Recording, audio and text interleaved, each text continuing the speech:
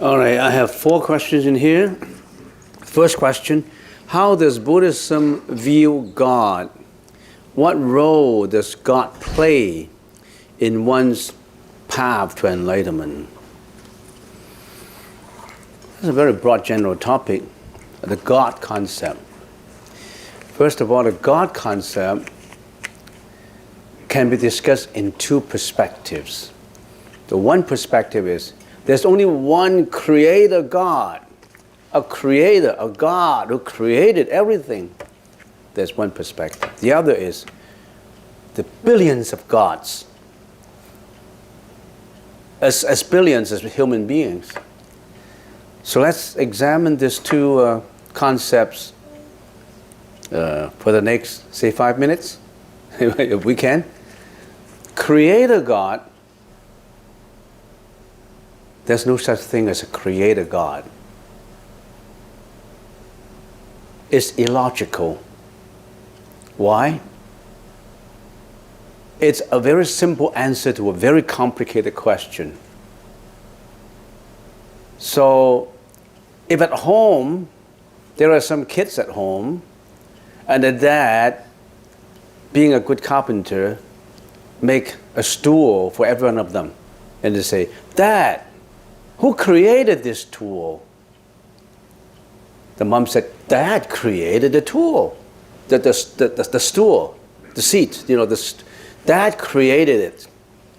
Is it really Dad who created that little wooden seat for all the children? Where did Dad get the wood from?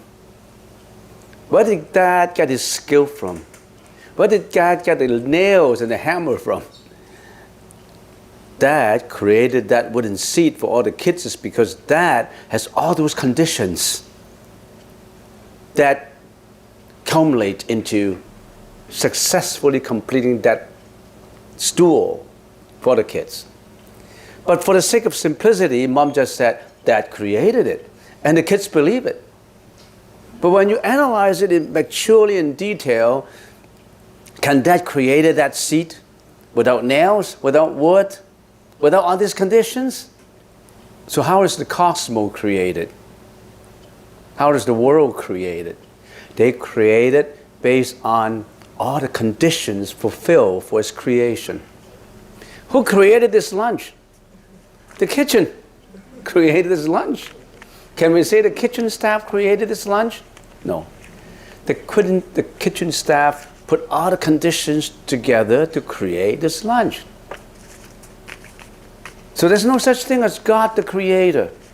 If God creates you, or creates the world, who creates God? Logically speaking, if nothing comes out without a reason, nothing comes out without conditions. If God creates you, you come out because of all these conditions fulfilled for you to come out, to create you, then what are the conditions created for God to come out? If God comes out all by itself, no conditions necessary, then you are beating the logic of existence.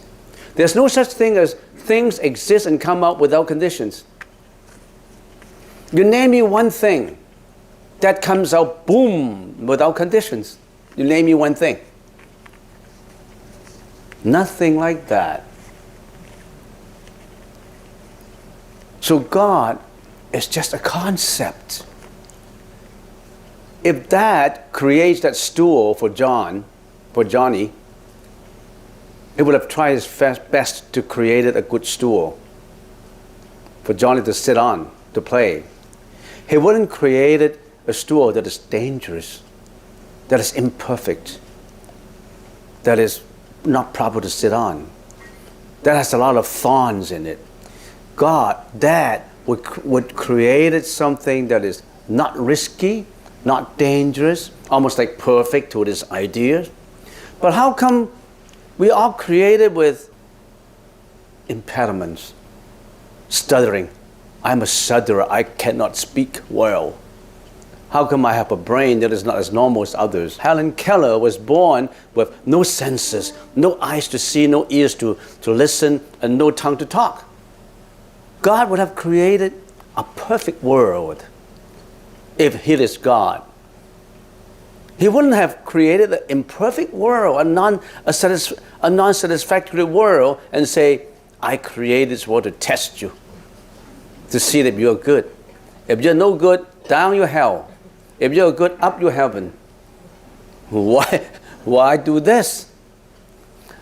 And Dad cannot say, hey, Johnny, I'm giving you a dangerous stool to sit on so that you learn to be careful. He wouldn't be like that. He would love Johnny so much that he want to avoid nails coming up from the wood. He want to make sure that all is all balanced and everything, right? So it's not logical. Just purely on logic.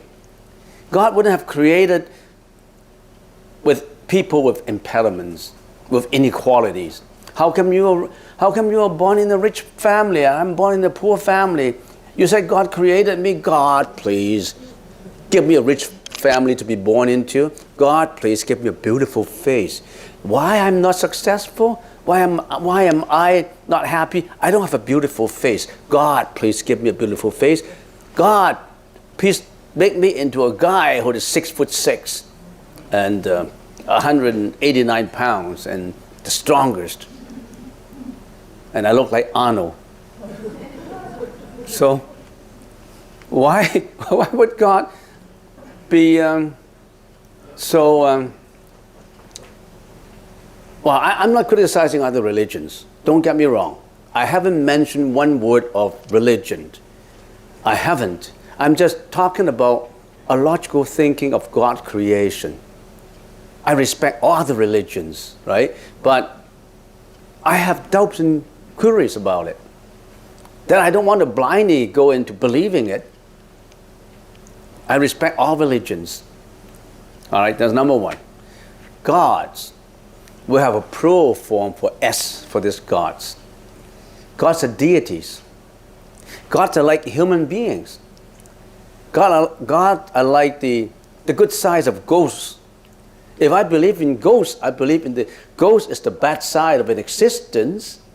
And if we can classify something like that, I said if, not officially, if we classify humans into the neutral one, good and bad, and classify hungry ghosts, fearful ghosts into the bad side, there must be some good side. They're like guardian angels, there are deities.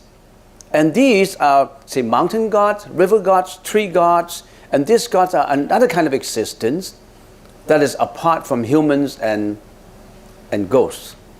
So these are the gods, the billions of gods. And they are at a higher level of power than humans. You can see them, just like you can see ghosts. The fact that you cannot see ghosts does not mean that ghosts does not exist. I know quite a few people who saw ghosts. And I know for sure, face to face and experience with him, I know a doctor who not only can he see ghosts, he can communicate with them. I have long stories to tell about this, but I only have 5 minutes to finish it, so I'm not going to go into stories on that. So they are just deities, and we respect these deities. They are mountain deities, there's tree deities, and I tend to believe that existence like that do actually exist, because every tree, especially trees more than 100 years, every tree, almost like every tree, has become a residence for certain deity. And more and more I justify what I think, because this coincides with what the native Indians has been doing in North America. When the grandfathers die, they put the ashes on trees. So trees become a residence, an abode for passed away. And there are deities who are attached to trees. Actually, I got myself into trouble by removing a tree just about 5 months ago. And that's a long story to tell, but I don't have time to tell it in here. But they're deities, river deities, trees. Don't just cut down any trees. You're destroying their residence. Don't cut down any trees. If a tree is in your way, which is dangerous, you know what we'll do? We'll post a notice saying that you are in a dangerous situation. You could hurt somebody else. And we have to remove you to another place, because look, we are building a temple in here, and if you're in the middle of our acreage, we cannot build any temple. Therefore, we have to remove you to another safe place, and we're giving you a notice for 7 days. And then we chant, we go say prayers and say, please go away, because we need this location and we want to give you notice. And then, after chanting after 7 days, then we go and remove the trees. We try not to cut any trees if possible.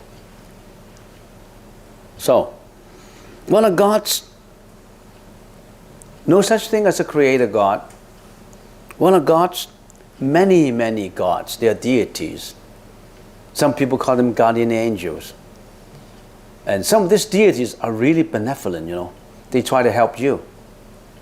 Some guardian angels, they help you in every way you want. Especially guardian angels who are related to you in previous lives.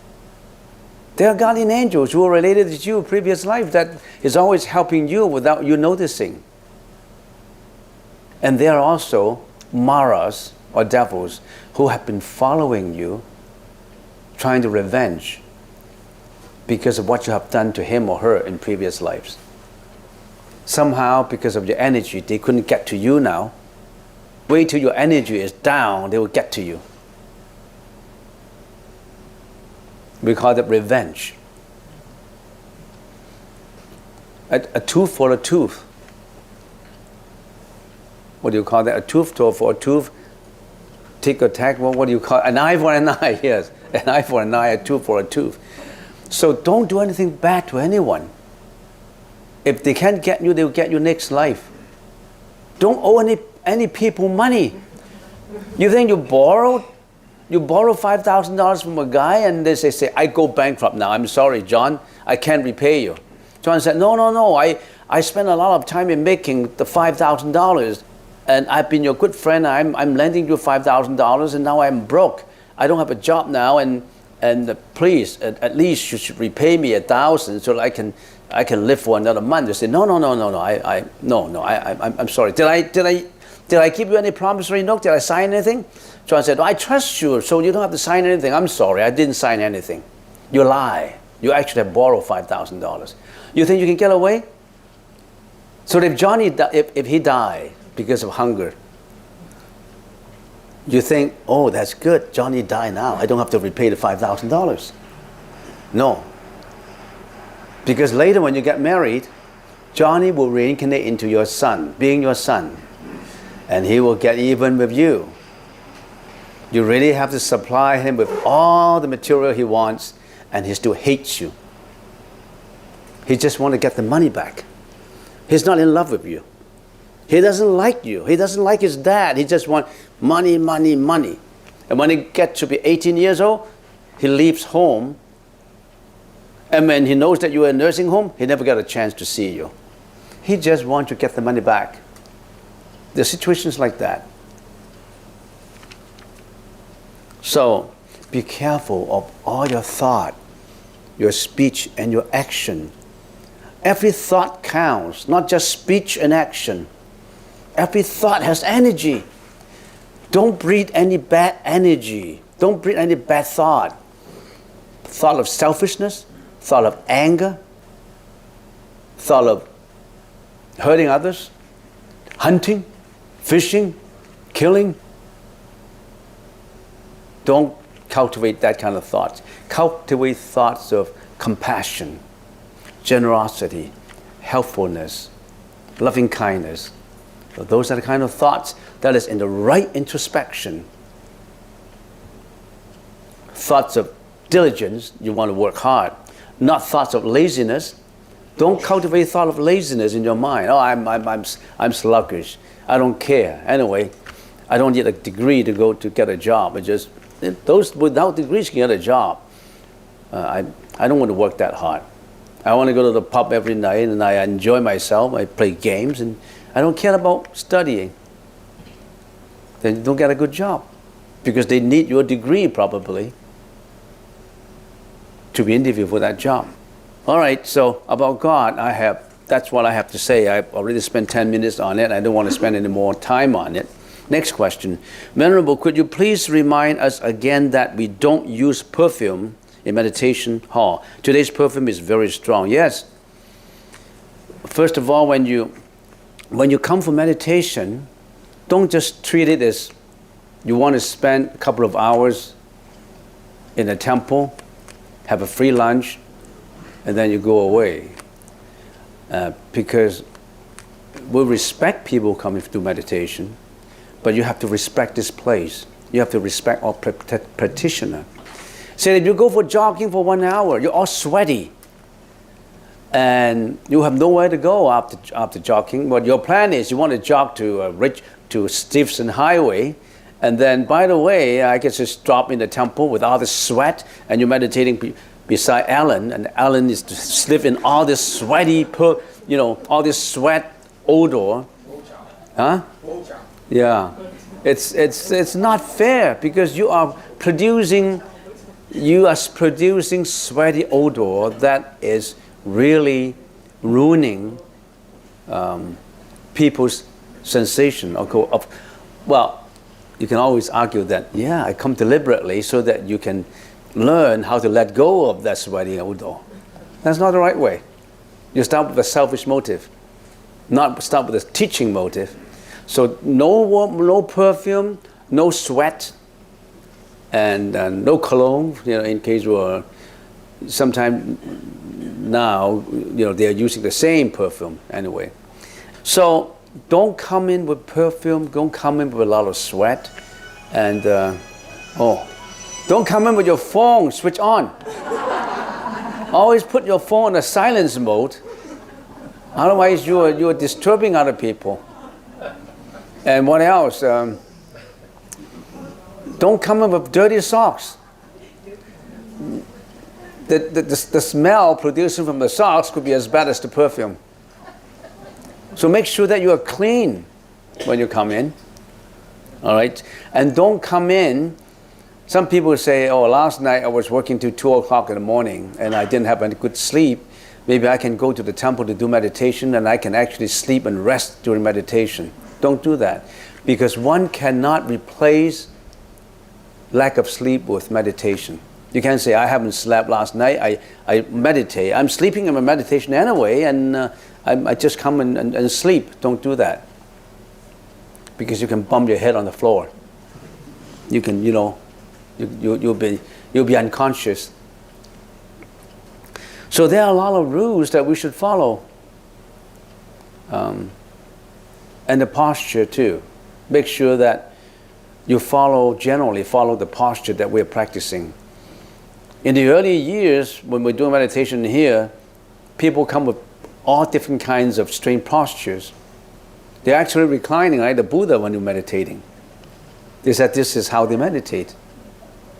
And also, after meditation, we said we do walking meditation, and they don't do walk meditation. They do exercising. They're stretching, stretching. So when people saw one guy stretching, they're doing stretching too. It's like a morning exercise in the meditation hall. So that's the reason why we said we have to be unanimous in what we're doing. And some people may be doing Qigong. Or some people may be doing Kundalini. And we don't want that. All right, okay, so don't wear your perfume. With the environmental destruction due to human ignorance, how can we maintain hope I think at a certain stage, mind your own business. Start from yourself. If you want to be environmentally friendly, discipline yourself first. Change yourself first. Some people just talk about it. Let's be environmentally friendly. But his residence is all dirty, producing a lot of odor around, or he didn't even segregate organic from ordinary unorganic garbage. And he could be doing things that is contrary to environmental friendliness. So start with yourself first. Don't have to meddle into the affairs of the others. And it's just like in the family. Many Buddhists interact with the monk, trying to get advice from the monk as to how to solve family problems. Sometimes family members fight and argue because of self-interest pursuit. And then the husband complained about the wife being too nagging and spending too much money and not nice in talking and all that. But the husband does not know that he was behaving in the same way. Change yourself first. Don't expect your family members to change. If you do not have this loving kindness, do you expect your wife to have loving kindness to you? Why don't you, if you say that your wife is temperamental, are you temperamental yourself? You only demand from others. You don't demand from yourself. Change yourself. Once you change yourself to an ideal situation, he or she will change because he saw that you are changing. You become better. Don't try to better others to suit you. Better yourself to suit others first. Demand yourself to be better, not demand others to be better. You've got to change your personality. You've got to be nice to me. You've got to be unselfish. You've got to have loving kindness. But you are doing exactly the opposite thing. And you don't realize it. Don't expect others to change. Change yourself so that when others see your changes, they will so touched. They will say, oh, Jeanette has changed. He used to be temperamental. Now she is so nice and so much tender loving kindness to me. And he's nice to me, she's nice to me, I want to be nice to her. Change yourself, and that is a stronghold for changing others. Don't expect your mom and dad to be very nice to you if you're not nice to your mom and dad. Please explain non-self from the 4 seals of Dharma. I have explained impermanence, and the second one is non-self, right? Yes. And I haven't really finished the non-self. Maybe we leave it to next time. Non-self is there's a lot of explanation needed to be put in there, and we can explain it in the next session. Please give some advice to the newcomers. Oh, please give some advice. Here for the first time. Or if you come for the first time, and maybe to avoid the saying that people, religious people, want to convert others. We're not converting anybody, and we're just opening up our doors to say there's a lot of knowledge in it. And because the Buddhist teaching has been around for 2,600 years, one of the oldest teachings on earth, and it contains a lot of philosophy that help you not only in your spiritual life, let's say in your temporal life. So in other words, if you know something about Buddhism, that may largely help you in developing your thought in your career. As I said, just pick one teaching, one aspect of the teaching from the Buddha, the 6 parameters. The 6 parameters, there's 6 courses, let's put it an analogy, but courses that we usually take in order to get to enroll in that path for enlightenment. The 6 courses. First one, generosity. Second one, discipline. Third one, endurance. Fourth one, diligence. The 6th one's concentration. The 5th one is wisdom. In life, if you have these parameters, courses that guide you in your thinking, you'll be successful in what you're doing.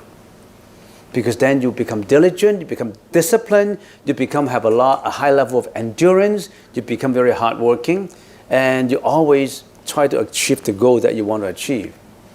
And last but not least, you know that you have a strong mind that you can actually train to achieve what you want to achieve. Because in Buddhism, the Buddha said, whatever the mind can think, the mind can carry it out. But if you think in the wrong way, you carry it in the wrong way. You have to think in the right perspective. So that's why we need all these concepts to guide our perspective into the right path. Get that first step to get to know more about the Buddhist teaching. Don't think about it as a religion. Religion is just a word. Even the word Buddha is just a word. What is Buddha? What is the meaning of Buddha? Bud means complete understanding. The means the person. The person who has achieved complete understanding of the truth, which leads him or her to true liberation from suffering. That's what the Buddha is all about. It's not God. There's so many gods. That's even a higher level than God. When you are liberated from life and death, there's no such thing as God anymore. We are always in life and death. When you finish this life, it's not the end for you. You roll into the next life. The reason why you have this life is because you have a previous one. So we are always living in samsara. And the Buddha said, cut away this reincarnation. Because when you reincarnate into the next life, you may commit the same errors. So try to liberate yourself from samsara, life and rebirth, death and rebirth. So pro into that kind of wisdom. Life is not just breakfast, going to work, lunch, dinner, party, relationship, family, homes, cars, luxuries. Life is more than that. If life is just like that, it's meaningless. The meaning of life is for you to go beyond life. Not just considering the time perspective of this life. Stopped the samsara, which is called nirvana. Nirvana means stop the flame of reincarnation. Stop to burn the flame of karmic reincarnation. Stop the life and death and go into a state which is peaceful, blissful, free from suffering, and helping others to be free from suffering too. That is the Buddhist Tattva's way of enlightenment. And I don't know how to stop it. If you're a first-time comer, it's sufficient to say that Buddhism, strictly speaking, is more than just a religion. It's a liberation. It's an emancipation from suffering. It's an enlightenment. And it helps you not only in your spiritual life, also in your temporal life.